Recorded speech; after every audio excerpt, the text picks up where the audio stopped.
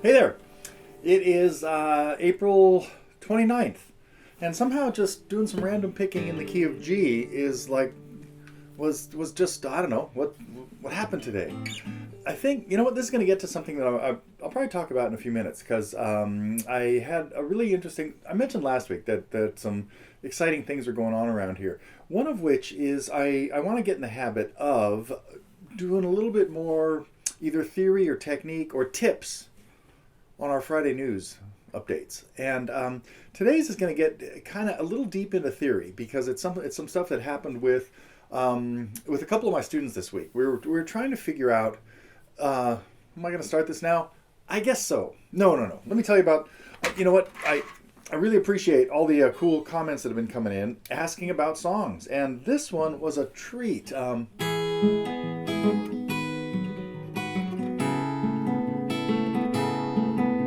Really pretty song of Bruce Cockburn's "Pacing the Cage," and I remember we got a request for this 8, 9, 10 years ago. You know what? This really is the official week of our 13th anniversary, because I think I mentioned last week. I think it was April 26th, 27th, something like that, of 2009. Anyhow, and shortly after that, we did get a lot of requests for some Bruce Cockburn tunes, and they just sort of fell off my radar, and that's just dumb. God, there are so many great ones. I've really enjoyed listening to his tunes lately, and I'm glad that somebody reminded me a week or two ago to check out "Pacing the Cage," because it is a great example of not too difficult finger picking, but some uncomfortable chord shapes. You know, depends on how comfortable you are wrapping your thumb around the neck and getting these F chords with open G's in them. And like I mentioned, that Bruce plays some of these with his thumb and even just one finger, so his G5s are played very minimally, I guess. But yeah, cool little progressions.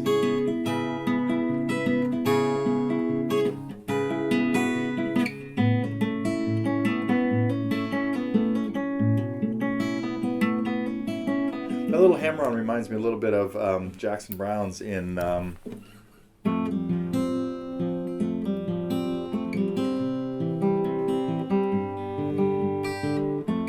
doesn't go to C there, does it? It just does the second time.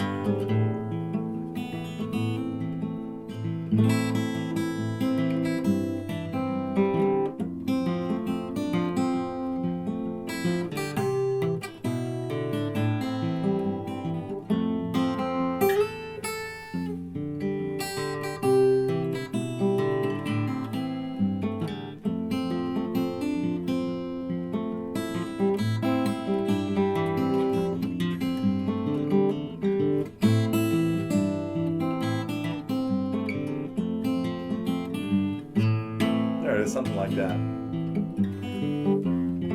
Oh, it's a high C. You can't get it. Change octaves.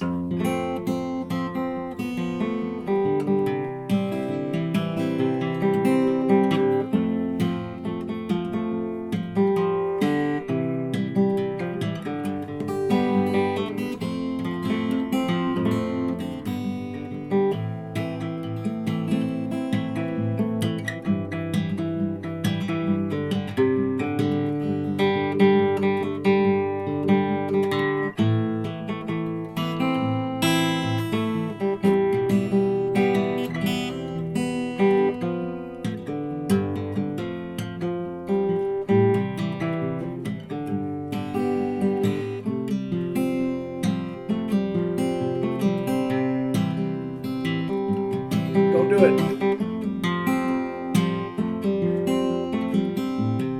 Can't remember. Does it go to C in that first line too? I mean, it goes to C. It does two Fs and a C. It might just stay on C there. And the second time, boy, I haven't heard this song in years. Into a G and then the A minor that the whole thing begins.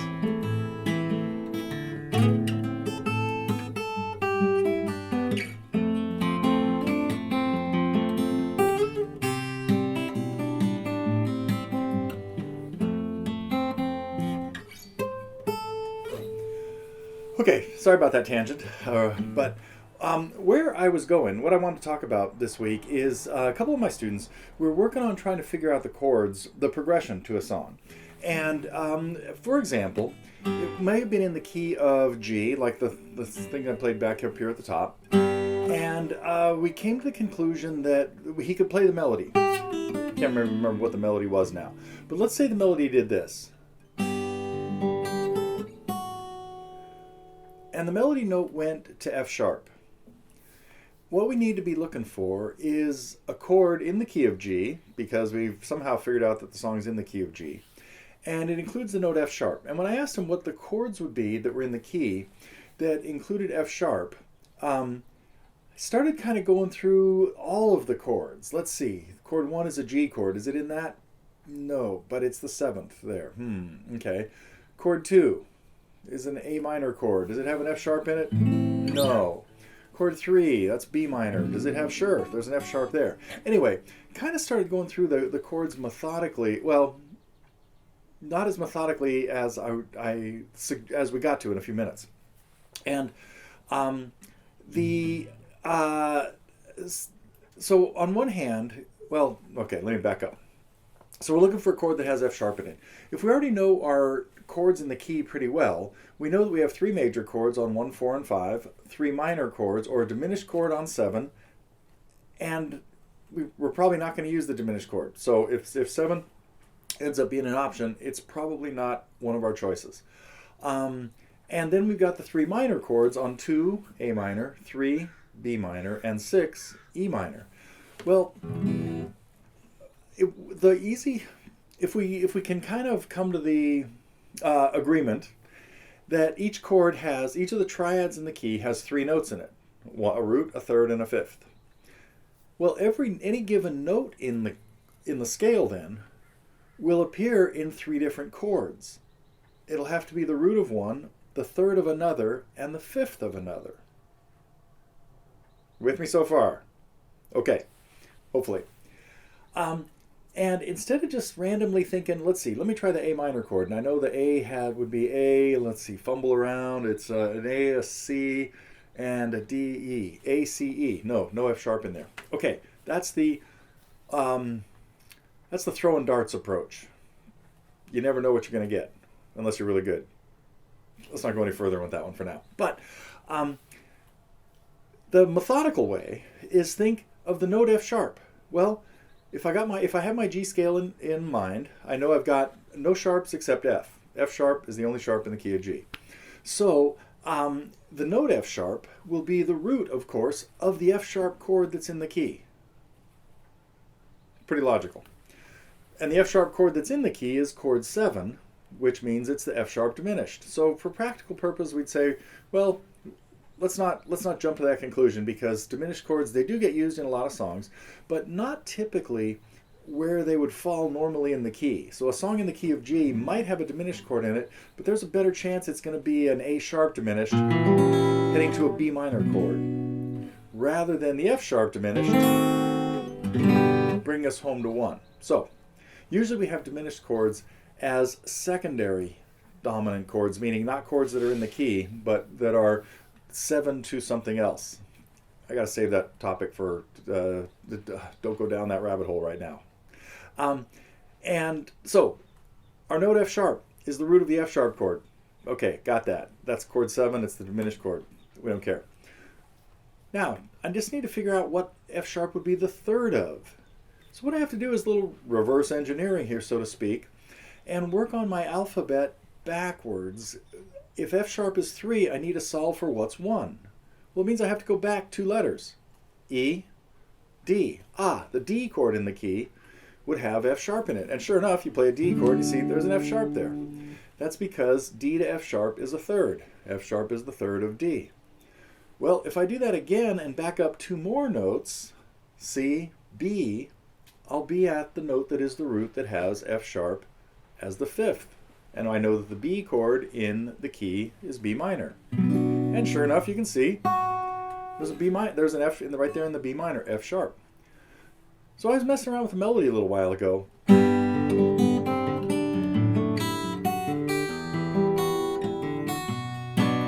And I went to an F sharp in the melody. I think the melody went something like that. I was just improvising in G back at the beginning of this. And sure enough, I could hear that I wanted the melody to go to F sharp, and I didn't want to hear the D major chord. I wanted to hear the B minor chord, partly because I just played D. My chord progression turned out to be G, D, but I went to F sharp in the bass, to E minor, and I could hear that melody note coming, and I could have put a D chord there.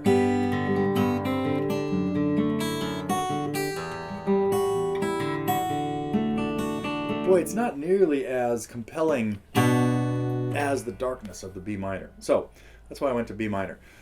Okay, to continue the idea, suppose we're now on the, I can hear that in my melody, I want to go to A.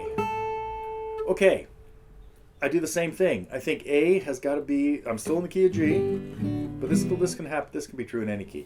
I think about, I want all the chords that have the note A in it, at least the three that would have it as either the root, the third, or the fifth.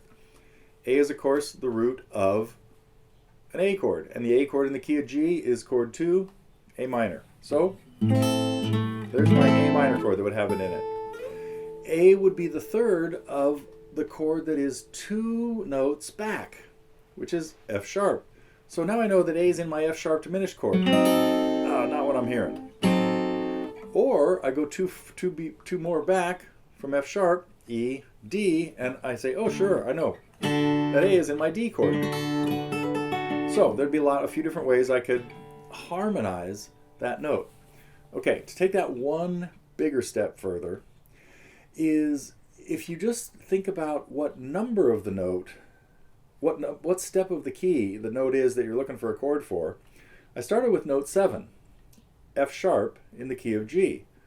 Well, it's going to end up being the root of chord 7. You getting ahead of me here?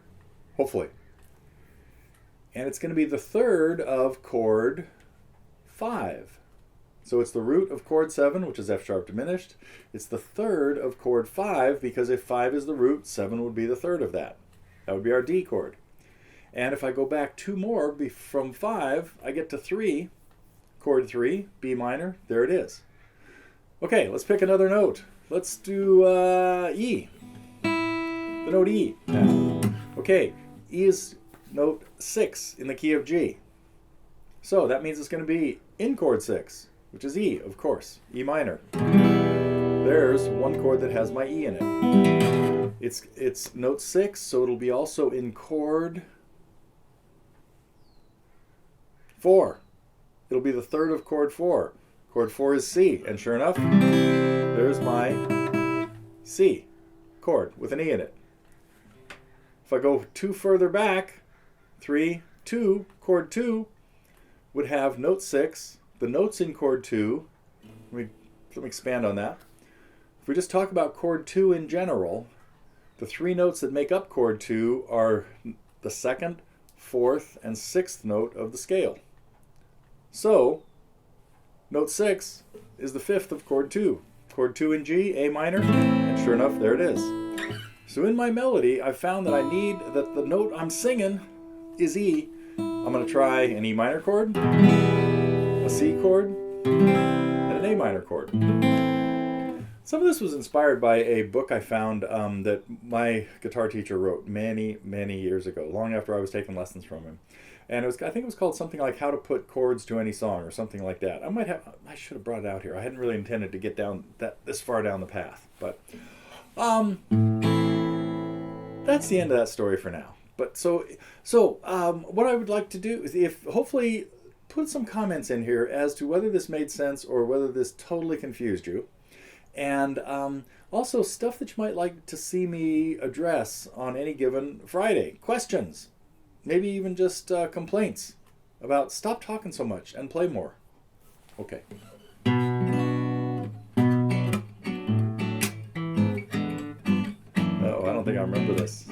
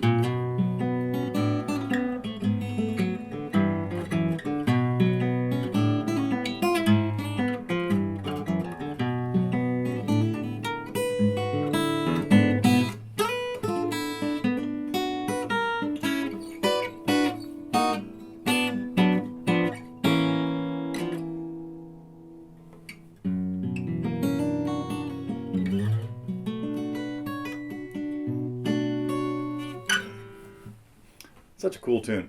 I should keep it in better shape. Bluesland. What else is in B minor?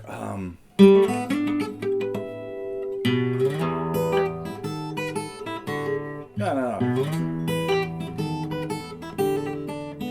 There we go.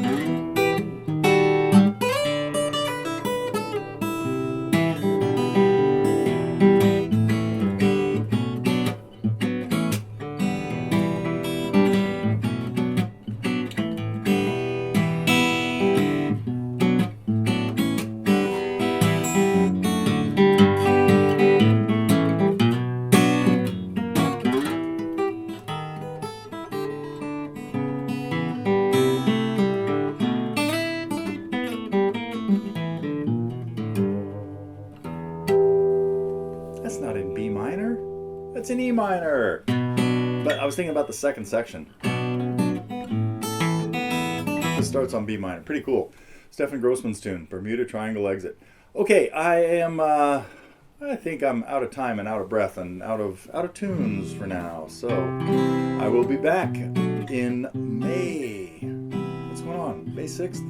Is that what it is, next Friday? I guess so. Okay. Hope everybody has a good weekend and gets some guitar playing in and learns a little bit about, I don't want to call it abstract theory, but it's a little deep. But see if you can process some of the stuff I was going through earlier today.